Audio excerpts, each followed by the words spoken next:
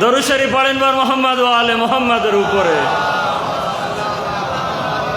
ছোট্ট উদাহরণ দিয়ে আমি মজলিস আগে নিয়ে যাব, কেননা এই দিকটাও দেখা অবশ্যই দরকার। মুসলমানদের অবস্থা কেমন জানেন? 3 শয়তান, 3 ইয়েজিদ, 3 বেঈমান এক জায়গায় বসে আছে। তাদের সামনে থেকে এক বৃদ্ধা মহিলা হাতে লাঠি নিয়ে হেঁটে হেঁটে যাচ্ছে। 3 ইয়েজিদ, বেঈমান, শয়তান, ইবলিসের ভিতর থেকে তর্কতর্কি হচ্ছে কে আমাদের ভিতরে শয়তান বেশি। একজন উঠল, সেই বুড়িমার হাতে লাঠি ছিল, যে পা দিয়ে লাথি মেরে লাঠিকে ফেলে দিয়েছে। এসে বলছে, দেখলি আমি কেরাম বড় শয়তান ইবলিস। দ্বিতীয়জন উঠে সে চলে গেল, যাবার পরে বৃদ্ধা মহিলাকে পায়ে লাথি মেরে মাটির উপরে ফেলে দিল। এসে বলল, দেখলি তোর চেয়ে বড় ইয়েজিদ আমি। তৃতীয় ব্যক্তি উঠল, ওঠার পরে যাবার পরে সেই বৃদ্ধা মহিলার বুকে চড়ে তাকে জবাই করে দিল। এবারে ভাবেন, উদাহরণ হয়তো বুঝতে পারেননি, পৃথিবীর বুকে ওই যে প্রথম শয়তান তার নাম হচ্ছে আমেরিকা, আর ওই দ্বিতীয় শয়তান ইবলিস ইয়েজিদ ছিল তার নাম হচ্ছে ইসরায়েল। আর যে ব্যক্তি জবাই করে দিয়েছে সে বলছে আমি বড় শয়তান। কেন জানিস? দুজনকে বলছে, আরে ও তো ওদের কিছু লাগতো না, ও তো আমার মা ছিল। এই মানে হচ্ছে এই পৃথিবীর নামধারী মুসলমান দেশেরা মাথায় টুপি পড়ে আছে, সুন্নতের রসুল পালন করছে। আর ওই তৃতীয় ব্যক্তি হচ্ছে এই মুসলমানেরা যারা নিজেদের ভাইয়ের উপরে গলায় ছুরি চালিয়ে তাদেরকে হত্যা করে দিচ্ছে। দরুদ শরীফ পড়েন বার মোহাম্মদ ওয়া আলে মোহাম্মদের উপরে। বাস আসেন আয়াতের দিকে, এর চেয়ে আর বেশি এখানে আর কিছু বলা যাবে না। যাদের বোঝার তারা অবশ্যই বুঝে নিয়েছে।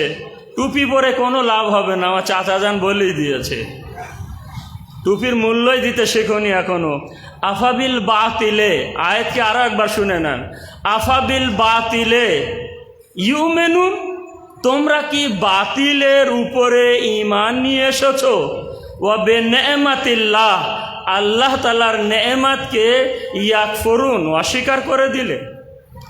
বিষয় আপনাদের সামনে উঠে আসলো। আলী আল্লাহ তাআলার নেয়ামত, বেলায়েত আল্লাহ তাআলার নেয়ামত, সম্পূর্ণ নেয়ামত আল্লাহ তাআলার বেলায়েত আলী ইবনে আবি তালিব। জাহিরি ইমাম, জাহিরি নেয়ামত, গায়েব ইমাম, বাতিনি নেয়ামত। শব্দগুলো হয়তো একটু শক্ত হতে পারে, বুঝে নেবেন। জাহিরি ইমাম, জাহিরি নেয়ামত, গায়েব ইমাম, বাতিনি নেয়ামত। এবং পুরো পৃথিবীর বুকে যত মখলুক জীবন যাপন করছে তারা যে নেয়ামত পাচ্ছে, সেও ওই আলীর বাড়ি থেকে, যে আলী আল্লাহ তাআলার নেয়ামত। দরুদ শরীফ পড়েন বার মোহাম্মদ ওয়া আলে মোহাম্মদের উপরে। আয়াত আপনাদের সামনে, দ্বিতীয় আয়াত সূরা বাকারা 211 নম্বর আয়াত। ওয়ামাই ইউবাদ্দিল নেয়ামাতিল্লাহ, এবং যে ব্যক্তি আল্লাহ তাআলার নেয়ামতকে পরিবর্তন করে দেয়, মিন বাদে মা জাআতহু, এর পরে যে সে নেয়ামত তাদের কাছে এসেছে, এইভাবেই এসেছে, নিজে চলে এসেছে, নিজে পায়ে হেঁটে এসেছে। এই আরবি শব্দ থেকে এটাই বার হয়। এবং ফাইনাল্লাহ শাদীদুল ইকাব, যদি কেউ আল্লাহ তাআলার নেয়ামতকে পরিবর্তন করে, আল্লাহ তাআলার আযাব হবে কঠোর, আল্লাহ তাআলার আযাব হবে শক্তিশালী, আল্লাহ তাআলার আযাব হবে অনেক বড়। দরুদ শরীফ পড়েন বার মোহাম্মদ ওয়া আলে মোহাম্মদের উপরে। ভাই, এই যে নেয়ামতের কথা এখানে বলছে, এই কি আমাদের সাধারণ খাওয়া দাওয়া, ভাত তরকারি? কেন আয়াতকে তো বোঝাতে হবে না? কেন নেয়ামতকে পরিবর্তন যে করে, কি আপনি ডাল ভাতকে বিরিয়ানি করতে পারবেন? বিরিয়ানিকে ডাল ভাত করতে পারবেন? আম নেয়ামত, তো আমকে আপনি জাম করতে পারবেন? জামকে কাঁঠাল করতে পারবেন? নিশ্চয়ই পারবেন না। তাহলে এর থেকে তো পুরো বোঝাই যাচ্ছে এখানে যে নেয়ামতকে পরিবর্তনের কথা আল্লাহ তাআলা বলেছে এবং আল্লাহ সাবধান করে দিয়েছে, আমার নেয়ামতকে যদি কেউ পরিবর্তন করে তার শাস্তি হবে খুবই কঠিন। এবং যখন কোরআনের ওয়ারিসদেরকে জিজ্ঞাসা করা হলো যে এর মানে আয়াত আল্লাহ কি বলতে যাচ্ছে, ইমাম বললেন কালাল্লাযিনা ইত্তাখাযু ইমামান জায়েরান, যে ব্যক্তি বাতিল ইমামকে ধরে নিয়েছে ওর উচিত ছিল যে হক ইমামের দামান ধরবে, কিন্তু সে হক ইমামের দামান না ধরে বাতিল ইমামের দামান ধরেছে। আল্লাহ তাআলার এই কঠোর আযাব তাদের অপেক্ষা করছে। দরুদ শরীফ পড়েন বার মুহাম্মদ। খুব দূরত্ব থেকে আমি চলে যাচ্ছি এবং আসেন আন আসবাগ কালা, আসবাগ থেকে রেওয়ায়েত কালা আলিউন আলাইহিস সালাম, ইমামে আলী ইবনে আবি তালিব বললেন মা বালা আকওয়ামা গায়্যারু, কি হয়ে গেছে এই কওমকে, কি হয়ে গেছে রসুলের সাহাবীদেরকে, কি এমন হয়ে গেছে এরা যে সুন্নাতা রসুলহি, আল্লাহর সুন্নতে আল্লাহর রসুলের সুন্নতকে পরিবর্তন করে দিয়েছে, ওয়া আদালু আন ওয়াসিহি, এবং আল্লাহর রসুলের ওসিকে বাদ দিয়ে বাতিল ইমামকে, বাতিল খলিফাকে, বাতিল জানাশিনকে, বাতিল ওসিকে, ওই হককে ছেড়ে বাতিলকে ধরেছে। কি হয়ে গেছে এই কওমকে, এই সাহাবীদেরকে। আল্লাতি আনআমাল্লাহ এবং আন ইউনাজ্জালা বিহুমুল আযাব লা ইয়াতাখাওয়াফুনা, এদের কি ভয় করে না? হ্যাঁ আলী, এদের যদি ভয় লাগতো তাহলে রসুলের জানাজা ফেলে রেখে মাটি দাফনের কাজ সম্পন্ন না করে ওই সাকিফার মাঠে কি আর খলিফা বানাতে যেত ভোটের মাধ্যমে? কি হয়ে গেছে এদের? এদের কি আল্লাহ তাআলার ভয় লাগে না? বেহুমুল আযাব, এদের কি আযাবের ভয় নেই?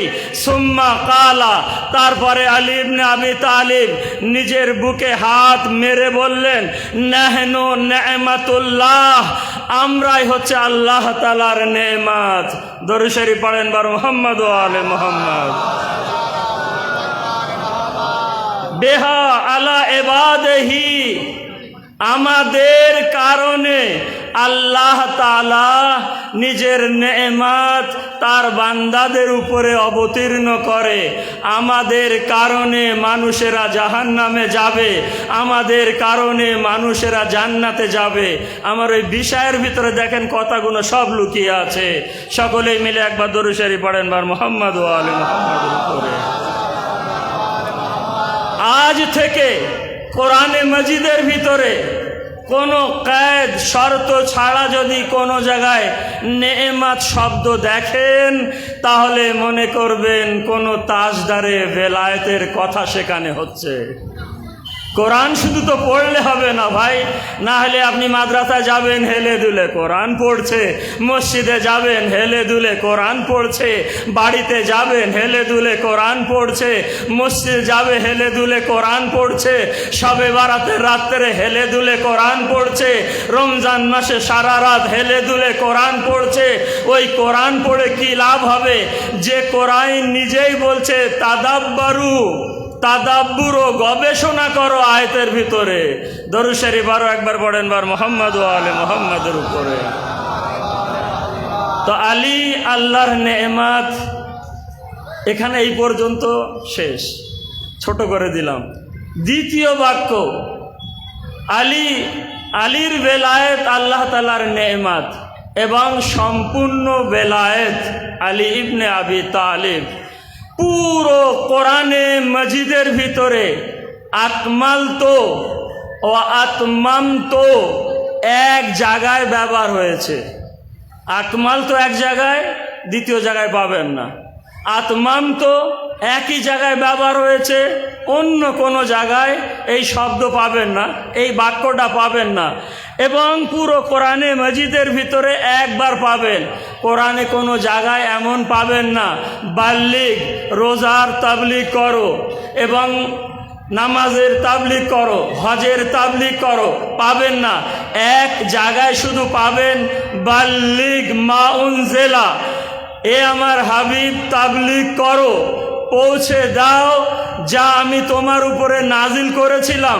শুনেছেন, শুধু আমি 1-2 মিনিটের জন্য, যেহেতু পুরনো জিনিস একটা নোক্তা এখান থেকে বার হয়ে আসছে, তো বাল্লিগ থেকে এতটা বোঝা গেল যেদিনে রসুলকে বাল্লিগ বলেছিল সেদিনে মেম্বার বানিয়ে রসুল মেম্বারের উপরে উঠে তাবলিগে বেলায়েতে আলী শুরু করেছিলেন। আর ওখান থেকে সুন্নত হয়ে গেছে মেম্বারে বসো তো আলীর তাবলিগ করো। দরুদ শরীফ পড়েন বার মোহাম্মদ ওয়া আলে মোহাম্মদের উপরে।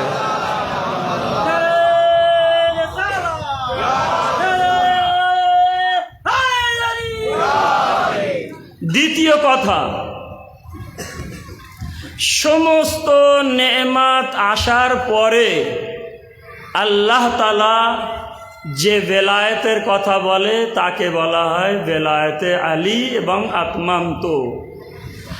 আজ নেয়ামত সম্পূর্ণ হয়ে গেছে, আয়াত পড়ে নেন, বেলায়েতে আলী ঘোষণা করার পরে আতমামত নেয়ামতি, আমার নেয়ামত আজ সম্পূর্ণ হয়েছে।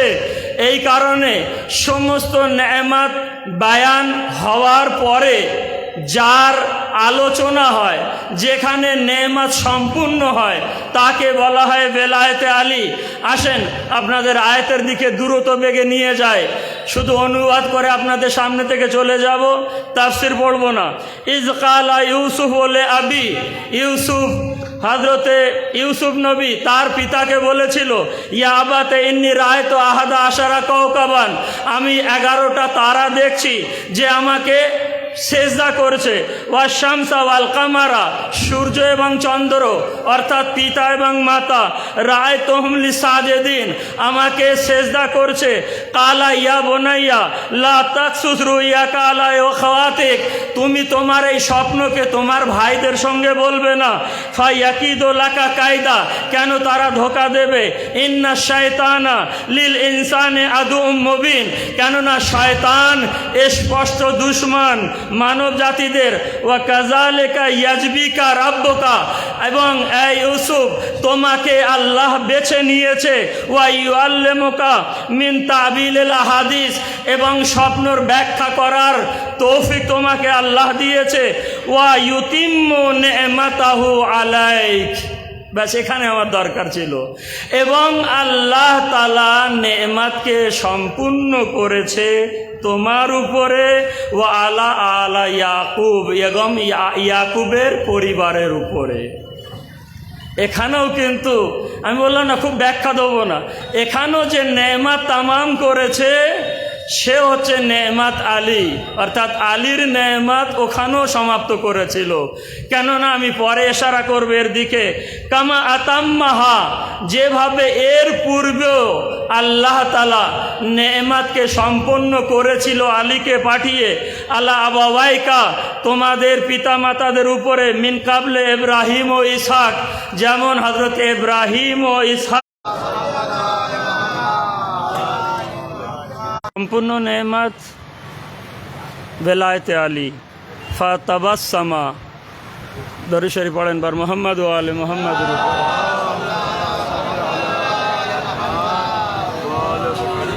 আসেন আরো একটি আয়াত আপনাদের সামনে। ফাতাবাসসামা যাহিকান মিন কওলিহা, হযরতে সুলাইমান নবী তার কথা শুনে হেসে ফেলেছিল।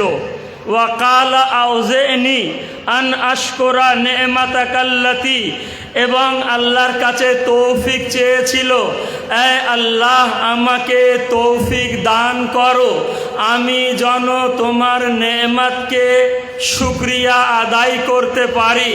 এখানে কিন্তু শব্দ আলা ব্যবহার হয়নি যে আমি তোমার নেয়ামতের উপরে, বলছে আমি তোমার নেয়ামতকে শুকরিয়া আদায় করতে পারি। আল্লাতি আনআমতা আলাইয়া ওয়া আলা ওয়ালিদাইয়া, যে নেয়ামত আমার উপরে আমার পিতার উপরে সম্পূর্ণ করেছিল। এখানেও যে নেয়ামতের কথা বলা হয়েছে সেই নেয়ামত হচ্ছে আলী ইবনে আবি তালিব। কেন? রেওয়ায়তের ভিতরে আছে ইয়া আহমদ আরসালতু আলিয়ান মা কুল্লি নবী, আমি আহমদ প্রত্যেক জামানায় প্রত্যেক যুগে নবীদের সাথে সাথে আলীকে গুপ্তভাবে পাঠিয়েছিলাম এবং আমি তোমার জামানায় আলীকে গুপ্তভাবেও পাঠিয়েছি এবং স্পষ্টভাবেও পাঠিয়েছি। এর থেকে বোঝা যায় প্রত্যেক নবীর যুগে একজন নেয়ামত ছিল, যে নেয়ামতের নাম আলী ইবনে আবি তালিব। এবং তার কথা শুনে সুলাইমান নবী হেসে ফেলেছিল। যখন সুলাইমান নবী এক মরুভূমির উপর দিয়ে যাচ্ছিল, মরুভূমিটা ছিল সোনার খাজানা, সোনার খনি।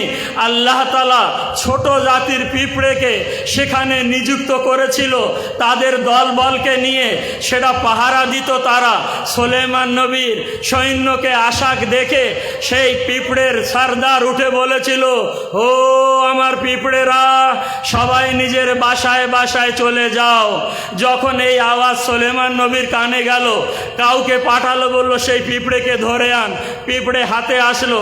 হাতে আসার পরে হযরত সুলাইমান জিজ্ঞাসা করেছিল, হে পিঁপড়ে, তুই জানিস আমি নবী, কারুর উপরে জুলুম করি না, তাহলে কেন এদেরকে সতর্ক করে দিচ্ছিস?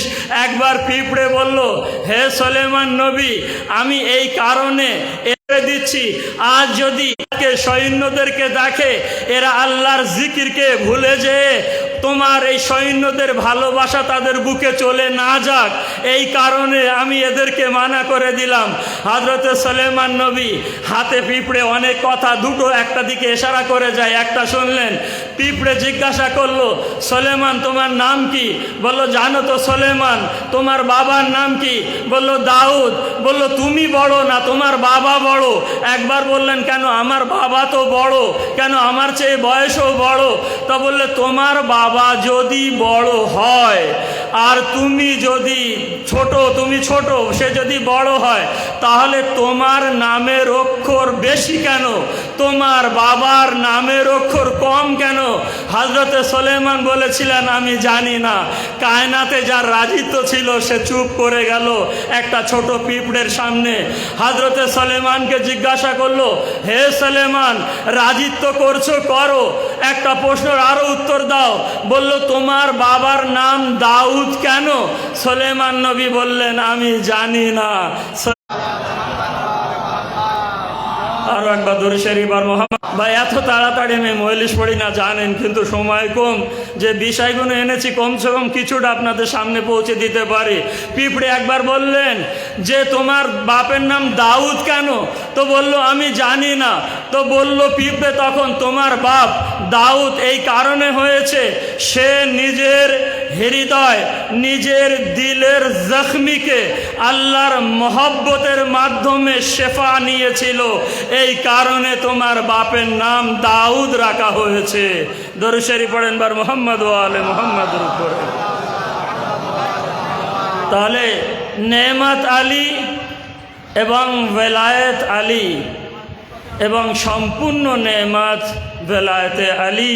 আসেন আরও একটি আয়াত আপনাদের সামনে, লাউলা আন তাদারাকুহু নি'মাতুম মির রাব্বিহি, সেদিন যদি ইউনুসকে আল্লাহ তাআলার নেয়ামত আগে এসে সাহায্য না করত, তাহলে ইউনুস কিয়ামত পর্যন্ত সেই মাছের পেটে থাকতো। এই নেয়ামতকে বললাম আমি বিস্তারিত না, এই নেয়ামত যে সাহায্য করতে এসেছিল ইউনুস নবীকে, আমারও আপনার মাওলা আলী ইবনে আবি তালিব। দরুদ শরীফ পড়েন বার মুহাম্মদ। আসেন, যে আলীর কথা হয়েছে, এই আলী ইবনে আবি তালিব খুতবাতুল বায়ান কিছু না হলেও 7-8 পৃষ্ঠা হবে। সেই 7-8 পৃষ্ঠা থেকে আরও একটা খুশির খবরে বলে দিলে ভালোই হয়। যে কথাগুলো আপনাদের সামনে বলেছি কিংবা বলছি, বেশিরভাগ কথা আমার সুন্নি ভাইদের সুন্নি পুস্তকের ভিতর থেকে, আর বাকিগুলো কোরআনের আয়াত আপনাদের সামনে। এবং কারো যদি সন্দেহ হয় তাহলে এই বই আমার বাড়িতে রাখা আছে, বিনা কোনো ভয়ে এসে দেখতে পারেন। সেই বই থেকে আগে কিছু কথা বলেছি, এখনো কিছু। মসজিদে কুফা, মেম্বারে কুফা আলী ইবনে আবি তালিব বসে আছেন এবং সেই কুফার মেম্বার থেকে বিভিন্ন বাক্যকে ছোট ছোট করে নিয়েছি। আনাল্লাজি মাফাতেহুল গায়েব, আমি আল্লাহ তাআলার গায়েবের চাবি। লা ইয়ালামুহা বাদা মুহাম্মাদিন গায়রি, যে গায়েবের খবর মোহাম্মদের পরে আমি ছাড়া কেউ জানে না। দেখেন আহলে সুন্নাত ওয়াল জামাতের বইয়ের ভিতরে কি কি লেখা আছে, পড়ে না তারা। আনাল হাজারুল মুকাররম, আমি সেই পাক ও পবিত্র পাথর। আল্লাযী তাফজারু মিনহু ইসনা আশারা আইনান, যে পাথরের ভিতর, পাথর থেকে 12টা চশমা ঝর্ণা জারি হয়েছিল যখন মুসা নবীর 12টা কম 12টা রাস্তা দিয়ে নীল নদী পার হচ্ছিল। সেই পাক ও পবিত্র পাথর আমি আলী ইবনে আবি তালিব। এবং আগে আসেন আল্লাহি ইনদি খাতামু সুলাইমান, আমার কাছে সুলাইমান নবীর আংটি আছে। আমি সেই 4 পাই জামে লিখে দিয়েছিল লা ইলাহা ইল্লাল্লাহ মুহাম্মদ রাসূলুল্লাহ আলিয়ুন ওয়ালিউল্লাহ ওয়া ওয়াসিহি সুম্মা খালাকাল আরাজিনা। তারপরে আল্লাহ এই জমিনকে সৃষ্টি করলো, তার চারিধারেও লিখে দিয়েছে লা ইলাহা ইল্লাল্লাহ মুহাম্মদ রাসূলুল্লাহ আলিয়ুন ওয়ালিউল্লাহ ওয়া ওয়াসিহি। এবং আল্লাহ তাআলা আকাশকে, লোহকে, কালামকে, বাইতুল মামুরকে যখন বানিয়েছিল, আল্লাহ জান্নাতকে, জাহান্নামকে যখন বানিয়েছিল, সব জায়গায় এই 3 কালেমা লিখে দিয়েছিল। ভাই যাবেন তো কোথায় যাবেন? এত অভিযোগ কেন শিয়াদের উপরে যে এরা কালেমার ভিতরে আলিউন ওয়ালিউল্লাহ পড়ে?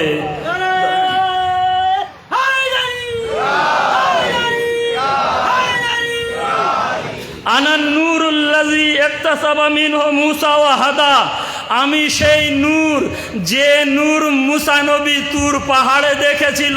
দেখেন একটা একটা মজলিসের প্রয়োজন পড়ে, কেমনভাবে দেখেছিল, কিভাবে গিয়েছিল না গিয়েছিল। এবং মুসা হাদা, এবং মুসাকে আমি আলী হেদায়েত করেছিলাম। আনা সাহেব নুহিন, আমি নূহ নবীর কাশতি এবং মুনজিহি, এবং আমি নূহ নবীর সেই কাশতিকে নেজাত দিয়েছিলাম। আনা সাহেব ইউনুস ও মুনজিহে, এবং আমি মুসা হযরতে ইউনুসকে সেই মাছের পেট থেকে নেজাত আমি দান করেছিলাম। একদিন ইমামে জাইনুল আবদিনের কাছে আব্দুল্লাহ বিন ওমরের সন্তান আব্দুল্লাহ বসে আছে, এই ইউনুস নবীর কথা হচ্ছে। একবার বললেন, মাওলা আমার বিশ্বাস হয় না। আরে বিশ্বাস হবে কি করে, তুই তো দেখিসনি, দেখবি। হাত ধরলেন, কিছু বললেন, বিশাল বড় সাগরের সামনে পৌঁছে গেলেন। সেখানে যাওয়ার পরে এবারে জাইনুল আবদিনের হাত ধরে ভয় কাটছে। বললেন, যদি কিছু আমার হয় জানের দায় কিন্তু আপনি হবেন। বলল, তাহলে দেখবি কি করে? দেখতে এসেছিস, দেখ। একবার যখন বলল, ইউনুস নবীর মাছ ওঠ, বিশাল বড় মাছ মাথা উঁচু করে ইমামে জাইনুল আবদিনকে সালাম দিয়েছিলেন এবং বললেন যে তুই নিজে মুখে বলে দে। মাছ তখন শর্টকাটে এটাই যে মাছ তখন বলল, এই জাইনুল আবেদিন, যখন আপনার বাবা আলী ইবনে আবি তালিবের বেলায়েতকে ইউনুস নবীর সামনে রাখা হয়েছিল, তখন ইউনুস নবী সামান্য একটু ভেবেছিল। এই কারণে আল্লাহ তাআলা আনা মুনিস ইউসুফ বিল জুব্বে, আমি ইউসুফ নবীর সঙ্গে সাথে ছিলাম। যখন ইউসুফকে কুয়ার ভিতরে ফেলে দিয়েছিল আমি আলী তাকে বাঁচিয়েছিলাম। ও আনা ইউসুফ সিদ্দিক, আমি ইউসুফে সিদ্দিক। ও আল্লাহর শপথ নিচ্ছি আমি আলী মা সুলাইমানা সাখারতু লাহুর রিয়াহা, আমি সুলাইমান নবীর সাথে সাথে ছিলাম। যখন সুলাইমান নবী নিজের তক্তাকে ওই পাটাকে উড়িয়ে নিয়ে যেত, কেউ ছিল না, আমি নিজেই উড়িয়ে নিয়ে যেতাম। ও আল্লামতুহু মানতাকা তায়ের, এবং যে পাখিরা কথা বলতো, ওই পিঁপড়ে যে কথাও বলেছিল সেই কথা আমি বলতাম তাদের হয়ে, আর কেউ ছিল না, আলী ছিল। দরুদ শরীফ পড়েন বার মুহাম্মদ ওয়া আলি মুহাম্মদ। আরো একবার জোরে দরুদ শরীফ বার মুহাম্মদ ওয়া আলি মুহাম্মদ। আসেন, এর রেওয়ায়েতটা যে শোনালাম আহলে সুন্নাত ওয়াল জামাতের পুস্তকের ভিতর থেকে, এবং এই পুস্তক থেকে খুব দ্রুত বেগে আপনাদের সামনে, কেননা যতটা আমি জানি মেম্বারে বসে আমি আর মিথ্যে কথা বলছি না, কমসে কম 40-50 মিনিট লাগবে এই ঘটনাটা পড়তে। মেকদাদ, সালমানে ফার্সি, আসাদি, কাম্বার সবাই বসে আছে এরকম জামাত মসজিদে কুফা। ইমামে হাসান বললেন, বাবা সুলাইমান নবীকে এত বড় রাজত্ব দান করেছিল, আপনার কাছে কি আছে? কে জিজ্ঞাসা করলেন? ইমামে হাসান। ইমামে হাসান যখন জিজ্ঞাসা করলেন, বললেন দেখবে বাবা, যদি দেখেন এগুলো শুধু আমাদেরকে জানাবার জন্য, না হলে ইমামে হাসানও সেই আলীর সন্তান, যা আলীর ভিতরে আছে সে এখানেও আছে। তো বলল ঠিক আছে। ইমামে আলী 2 রাকাত নামাজ পড়লেন। নামাজ পড়ার পরে একটা আকাশের দিকে হাত উঁচু করলেন, একটা মেঘের টুকরো আসলো, নিজে বসে গেলেন, আর একটা হাত উঁচু করলেন, আর একটি টুকরো আসলো, এদেরকে বলল তোমরা ওখানে বসো। ইমামে আলী কিছু বললেন, মুহূর্তের ভিতরে হাজার হাজার মাইল, লক্ষ লক্ষ মাইল চলে গেল, যেটা রেওয়ায়েতে বর্ণনা আছে। চলে গেলেন, যেতে যেতে হঠাৎ করে এক জায়গায় দাঁড়িয়ে গেলেন একটি পাহাড়ের নিচে, দেখলেন একটি গাছ শুকিয়ে আছে। ইমামে আলী ইবনে আবি তালিবকে জিজ্ঞাসা করলেন, বাবা এই গাছ শুকিয়ে আছে কেন? বলল, খোকা তুমি নিজে জিজ্ঞাসা করে নাও। ইমামে হাসান গাছের কাছে গেলেন, গাছ ইমামে হাসানের কথা শুনে কথা বলতে শুরু করলো। বলল, এই আমি যখন পয়গম্বর ইসলাম বেঁচে ছিলেন তার আগে এই আলী ইবনে আবি তালিব এসে আমার এই গাছের নিচে 2 রাকাত নামাজ আদায় করত। সেই নামাজের বরকতে, তার দুয়ার বরকতে আমি সবুজ হয়ে থাকতাম, ফল দিতাম, ফুল দিতাম। যেদিন থেকে পয়গম্বর ইসলাম পৃথিবী ত্যাগ করলেন আর আপনার বাবা আলী ইবনে আবি তালিব এখানে আসেননি, সেখান থেকে আমি শুকিয়ে গেছি।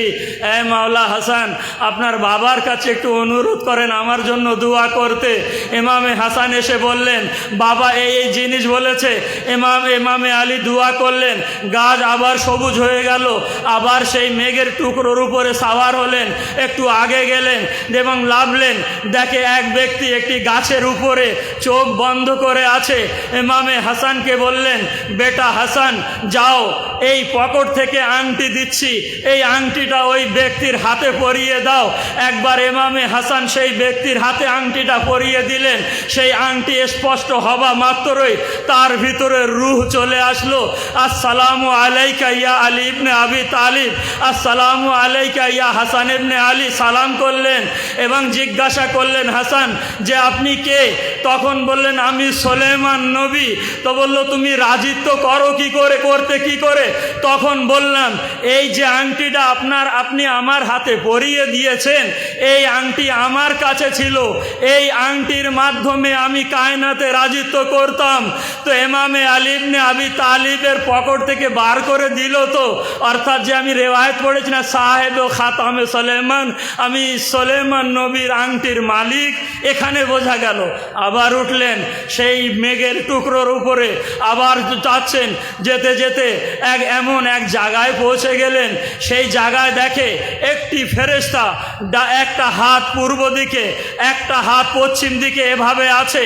ইমামে হাসান জিজ্ঞাসা করলেন, মাওলা এ কে? বলল, এ হচ্ছে রাত দিনের একটি ফেরেশতা। এই ফেরেশতার মাধ্যমে আল্লাহ রাতকে দিন করে দেয়, দিনকে রাত করে দেয়। আবার আগে যেতে শুরু করলেন, যেতে যেতে আরও এক জায়গায় পৌঁছে গেলেন, দেখে যে একটা বিশাল বড় একটা ফেরেশতা তার ডানানেই পড়ে আছে। ইমামে হাসান বাবার অনুমতি নিয়ে জিজ্ঞাসা করলেন, জিজ্ঞাসা করার পরে উটের মতন চেহারা ছিল। একবার বললেন, আমি আপনার বাবার সাথে আল্লাহ তাআলার আরশের উঁচু স্থানে ইবাদত করতাম, পাশাপাশি ঘর ছিল। যেদিন থেকে পয়গম্বর ইসলাম মারা গেলেন, পৃথিবী ছাড়লেন, সেদিন থেকে আমি ওখান থেকে দূরে এখানে এসে পড়েছি এবং তখন থেকেই পড়ে আছি। আপনি আপনার বাবাকে একটু বলেন আমার জন্য দোয়া করে দিতে। যখন দোয়া করে দিল, সেই উটের মতন পাখিটা যেতে যেতে বললেন, এই আলী ইবনে আবি তালিব, আপনার আর আপনার শিয়াদের জান্নাতের সুখবর আমি দিয়ে যাচ্ছি। একবার আলী ইবনে আবি তালিব বললেন যে তুমি আমাকে আর আমার শিয়াদের সুখবর দিয়ে যাচ্ছ, বল তুমি কেন দিচ্ছ? একবার সেই ফেরেশতাটা বললেন, আল্লাহ তাআলা নিজের রহমত থেকে, নিজের কুদরতের মাধ্যমে বিশাল বড় একটা সাগর বানিয়েছে। সেই সাগরের ভিতরে লক্ষ লক্ষ কোটি কোটি গুণে শেষ করা যাবে না পাখি ডুবে আছে। যখন কোনো বান্দা, কোনো মুসলমান, কোনো মুমিন আল্লাহ তাআলার ইতাআতের সাথে সাথে দিলের অন্তর থেকে, হৃদয় থেকে, গভীর থেকে একবার পড়ে লা ইলাহা ইল্লাল্লাহ, তখন এই সাগরের পাখিগুলো মাথা তুলে আনন্দ করে। আর যখন তারপরে যদি সেই বান্দা পড়ে মুহাম্মাদুর রাসূলুল্লাহ, তখন সেই সাগরের পাখিগুলো সেই সাগর থেকে বার হয়ে আসে, নিজের ডানাগুলো মেলিয়ে নাড়া দেয় আর পানি নিচে পড়ে। এবং রেওয়ায়েত, এই সন্নি বইয়ের ভিতরে রেওয়ায়েত এভাবে করছে, বাক্যটা একটুখানি ঘুরিয়ে দিয়েছে কিন্তু পরে আবার ঠিক করে দিয়েছে। তারপরে বললেন, আল্লাহ তাআলার সেই বান্দা যদি আপনার নাম না নেয়, এভাবে বলে আপনার নাম না নেয়, তাহলে সেই পাখিরা আল্লাহর দরবারে ডানা মেলে দোয়া করে, হে আল্লাহ, হে মাবুদ, যে এই আলীর নাম নেয়নি কালেমার ভিতরে, এদেরকে রহমত থেকে দূরে করে দাও। পরে আবার লাইনে বলছে, যদি কোনো ব্যক্তি কালেমাকে অসম্পূর্ণ পড়ে তাহলে সে জাহান্নামে যাবে, অর্থাৎ লা ইলাহা ইল্লাল্লাহ মুহাম্মাদুর রাসূলুল্লাহ আলিয়ুন ওয়ালিউল্লাহ।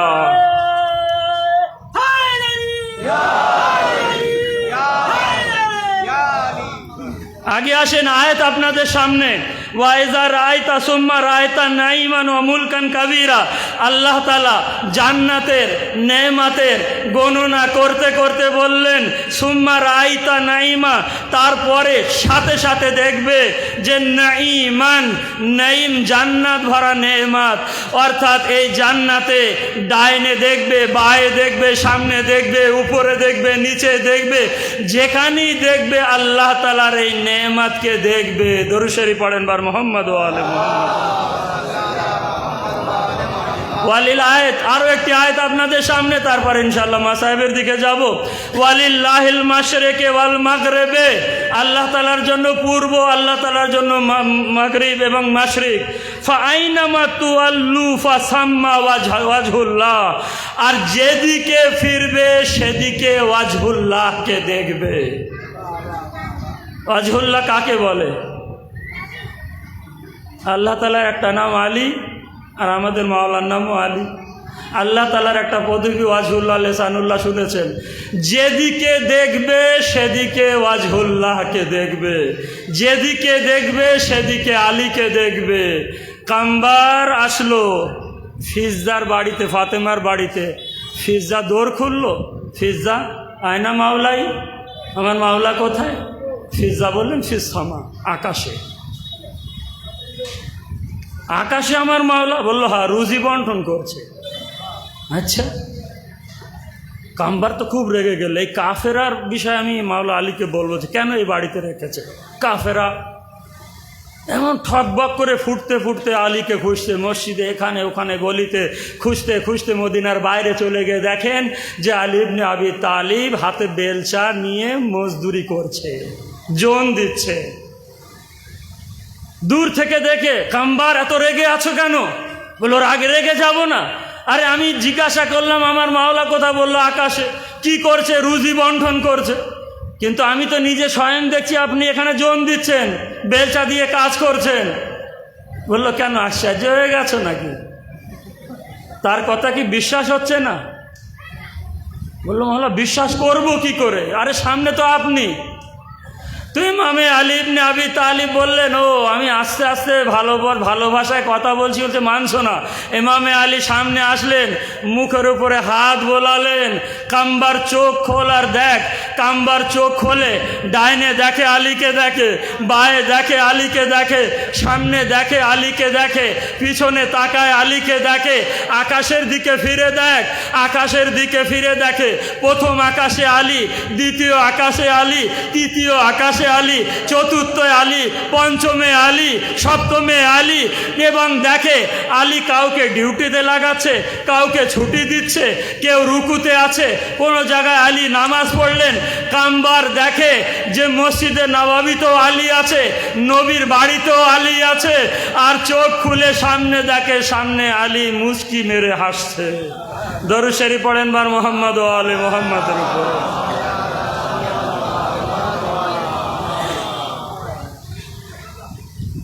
नाराय हैदरी, चमन चमन गली गली।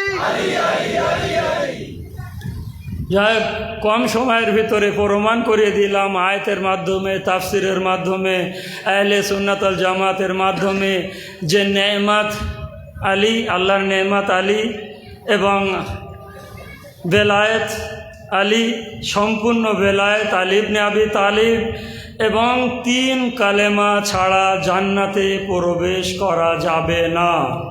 পড়া আর না পড়া আপনার ব্যাপার ভাই, পড়া আর না পড়া আমার ব্যাপার। যাই হোক, 2-4টা কথা মুসিবতের না বললেও আমার মনে শান্তি হবে না, আপনাদেরও ভালো লাগবে না, আর হয়তো শিকায়তও হতে পারে। আমাদের যে মা জননী ফাতেমাতুজ জাহরা দক্ষিণী মা, যে মজলিস পড়েছিল, একটু মুসিবত পড়ি না, মুসিবত কার পড়ি? মনে হচ্ছে আজ ওই 2 সন্তানের মুসিবত একটুখানি আপনাদের সামনে তুলে ধরি। যে মা নিজের 2 সন্তানের জন্য কোনো দিন কাঁদেনি, যখনই কেঁদেছে হোসাইনের জন্য কেঁদেছে, রেওয়ায়েত ভিন্ন আছে। এবং যে মা, যে জাইনাব আনো মোহাম্মদকে সাদকা হিসেবে দিয়েছিল এবং বারবার বলতেন এই সাদকার জন্য কাঁদবো কেন, সাদকা দিয়ে দিয়েছি, এই সাদকায় হাত লাগাবো কেন, সম্পূর্ণ মুসিবত পড়বো না। সেই জাইনাব হয়তো আমাদের মাঝখানে এসে হাজিরই হয়েছে। আর এটাও আমি একটা আলিমে দ্বীনের মুখ থেকে শুনেছি যে বিবি জাইনাব যখন আওনে মোহাম্মদের মসাহেব পড়া হয়, তো বিবি জাইনাব পর্দার আড়াল থেকে বলে, এ জাকির আহলে বাইত, এ মাওলানা সাহেব, আমার আওনে মোহাম্মদের মসাহেব পড়তে হবে না? আমার হুসাইনের আমার ভাইয়ের হুসাইনের মুসিবত পড়, আমি এখানে হুসাইনের মুসিবত শুনতে এসেছি। পর্দার আড়ালে এদিক থেকে একবার বলে, বোন আমার, আরে তুমি না আমনে মোহাম্মদের জন্য কাঁদবে না, কিন্তু আমি হুসাইন, আমাকে তো একটু কাঁদতে দাও, আমারও তো দুজনা ভাগনা হয়।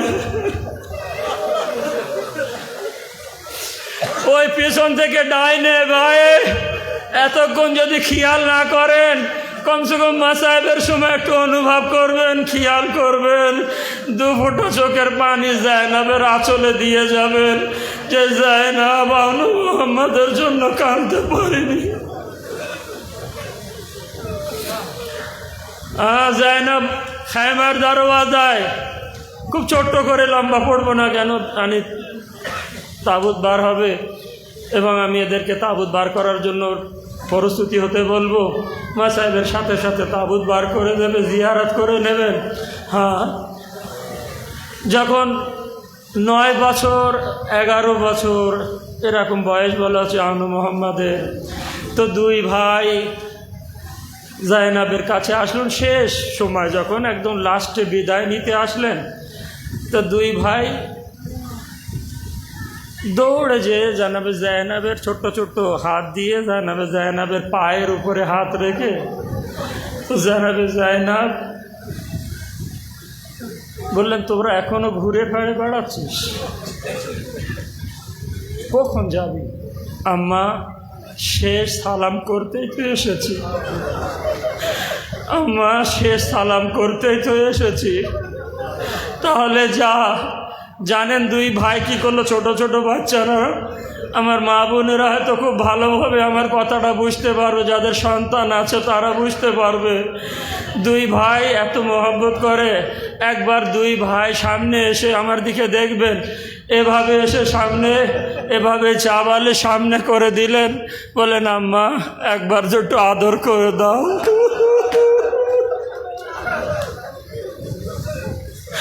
একবার একটু আদর করে দাও।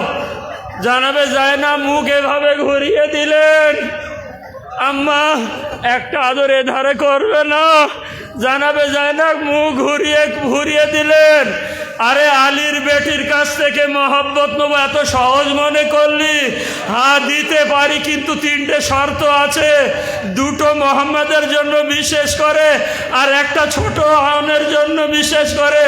আম্মা কি শর্ত? শর্ত পূরণ করলে আদর করে দেবে তো?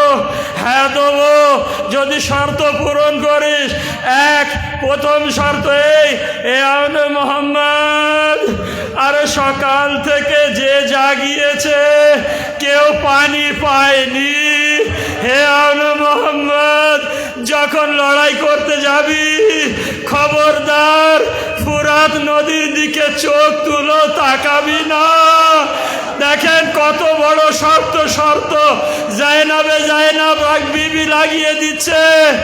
একবার আওনে মোহাম্মদ বললেন, এত বড় শর্ত তো আব্বাসের জন্য লাগাইনি, আকবরের জন্য লাগাইনি। আম্মা ঠিক আছে, আমরা মেনে নেব, আমরা পানি দেখব কি, আমরা চিন্তাও করব না, ওয়াদা করলাম। হ্যাঁ, দ্বিতীয় শর্ত কি জানেন? হে আজাদারও শুনে নেন। দ্বিতীয় শর্ত, হে আওনে মোহাম্মদ, এই জমি আমার ভাই হোসেন আলী আকবরের নামে রেজিস্ট্রি করে দিয়েছে। যদি লড়াই করতে করতে ঘোড়া থেকে পড়ে যাও, যেন আমার আলী আকবরের জমিনের ভিতরে পড়বে না, ওই জমিনের বাইরে যেয়ে পড়ো। আওনে মোহাম্মদ শর্ত মেনে নিলেন।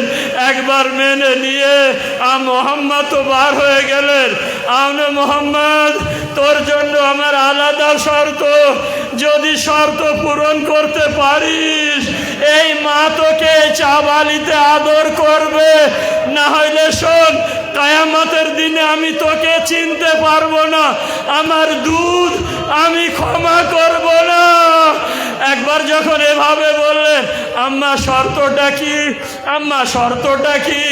একবার বললেন, জায়নাব বললেন, এ আওন, যখন লড়াই করতে করতে পড়ে যাবি, সবাই হোসেনকে আমার ভাইকে ডেকেছে, কিন্তু তোরা ডাকবি না, শুধু হাত উঁচু করে সালাম জানাবি। একবার ব্যাস অনুমতি নিয়ে নিলেন, চলে গেলেন। হোসেন দাঁড়িয়ে আছে। জাইনাব খায়মার ভিতরে হুসাইনকে দেখছে। হুসাইন আর মোহাম্মদের লড়াই। বাহ জাইনাব বাহ, আব্বাসের দুই ছাত্রে কত সুন্দর লড়াই করছে। বাহ জাইনাব বাহ। একবার বলতে বলতে হুসাইন মাটিতে বসে গেল। ভাইয়া কি হয়েছে, বসে পড়লে কেন? জানেন কি বলল? বোন জাইনাব, আমি বুঝতে পারছি না, আনো মোহাম্মদ লড়াই করতে করতে যখন ফুরাতের ধারের দিকে চলে যাচ্ছে নিজেদের চোখ বন্ধ করে নিচ্ছে।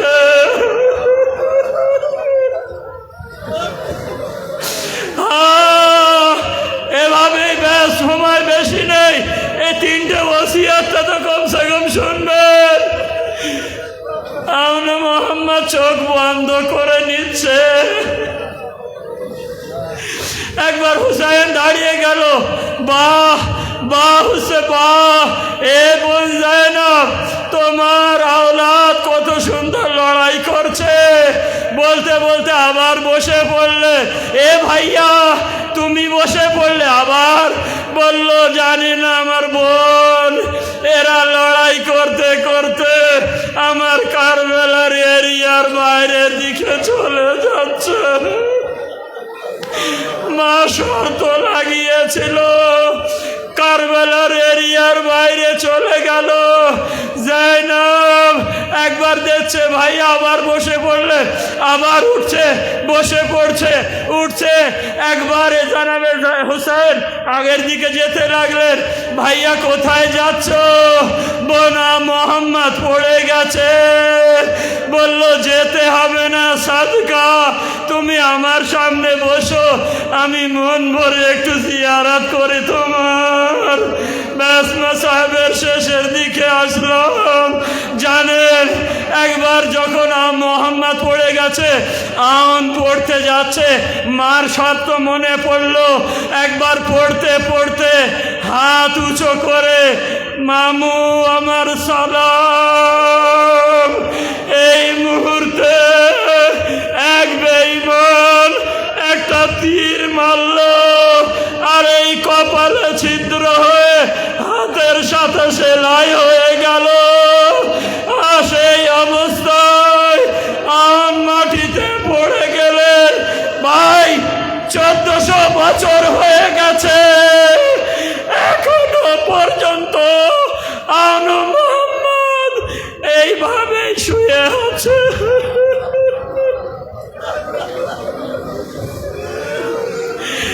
কিয়ামত পর্যন্ত শুয়ে থাকবে।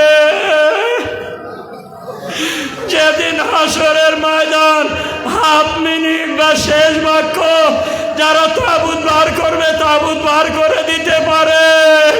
শেষ বাক্য কিয়ামতের দিনে যখন সবাই উঠবে, মান এভাবেই কপালে হাত রেখে মামুর কাছে যাবে।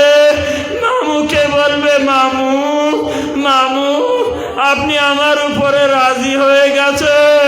হ্যাঁ ভাগ্নে আন, আমি রাজি হয়ে গেছি। তাহলে মামু আমার হাত ধরে আমার মায়ের কাছে নিয়ে চলে, আমার মায়েকে দিয়ে বলে যে আমি রাজি হয়ে গেছি। একবার হুসাইন হাত ধরলেন, জাইনাবের কাছে নিয়ে গেলেন। জাইনাবের কাছে যাওয়ার পরে একবার নিজের এই জামার দিকে শেষ মাসে একবারে গাল মায়ের কাছে যে বলল, এ আম্মা এই কিয়ামত পর্যন্ত অপেক্ষা করেছি, তোমার কাছ থেকে একটু আদর নেব।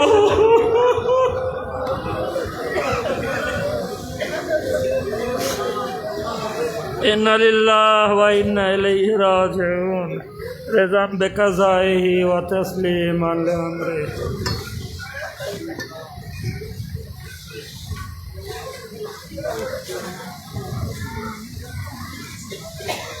মোবাইল না ওদের ভাই।